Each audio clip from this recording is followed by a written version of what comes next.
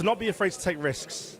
I think a lot of time in procurement, yes, we have to be risk averse, but a lot of people are afraid to take risks. And I think actually by taking risks, there's a lot to be gained. And actually, even if you fail quickly and then learn and then go again.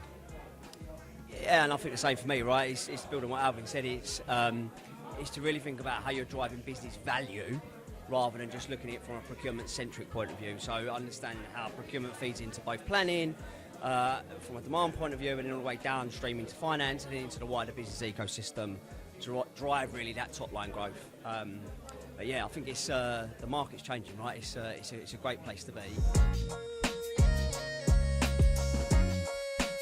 I think sharing knowledge and being open-minded to what other sectors are doing, what other procurement professionals are doing, and really understanding there's not really one size fits all wherever you work, right? It's really understanding what those the different capabilities are in those different businesses, that what works for one business might not be the same for another business. But I think one universal piece is that we're in an area of where we can co-create, right? Collaborating together is something different that maybe, generationally didn't happen before.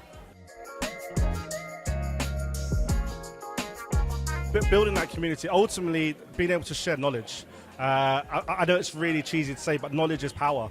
And as you said earlier, like being able to bring together people that are not necessarily from the industry that you're in, but are all sort of driving towards that same, like those procurement goals, and then sharing that knowledge between each other, which we can then use to adapt and apply in our own job, in our own industries. It's really, really powerful. I think we're in an era, right, where you have to challenge the status quo before you become it.